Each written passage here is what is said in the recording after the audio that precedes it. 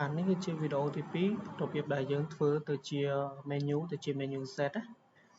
អញ្ចឹងដូចគ្នាដដែលយើងចូលមកកន្លែងសញ្ញាបូកនឹងមកបន្ទាប់មកយើងបង្កើត menu code ថ្មីមួយឧទាហរណ៍ខ្ញុំដាក់ថា set ឲ្យលេខ1ចុះ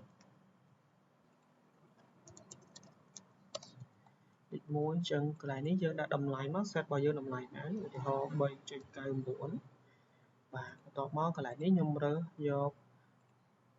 order ដដែលហើយកន្លែងនេះខ្ញុំអាចរើសចូល promotion មកបាទអញ្ចឹងពណ៌ហ្នឹងយើងជា set promotion របស់យើងចំពោះកន្លែង printer នេះយើងអត់ចាំបាច់រើសទេបាទអញ្ចឹងកន្លែងដែលប្លែកគឺនៅនេះគឺនៅពេលដែលយើងបង្កើតវាជា set បាទអញ្ចឹងកន្លែងនេះយើងរើសនៅលើប៊ូតុង set មក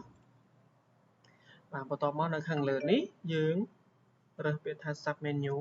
បាទអញ្ចឹងយើងចុចនៅលើប៊ូតុង add មកបន្ទាប់មកយើង search មកថានៅក្នុង set ហ្នឹងមានអីគេខ្លះខ្ញុំឧទាហរណ៍ថា pasta មកអូខេខ្ញុំចុចនៅលើប៊ូតុងអូខេមកបន្ទាប់មកទៀតខ្ញុំ add ថែមមួយទៀតនេះដល់ពូជាមួយនឹង mon ម្រេចចុះអញ្ចឹងខ្ញុំ select នៅលើមុខហ្នឹងហើយខ្ញុំចុចអូខេមក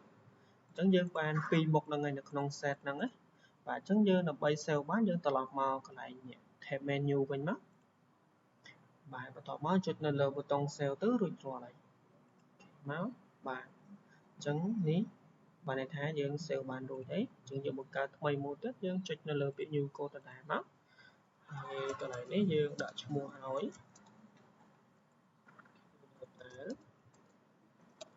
បាទហើយតម្លៃ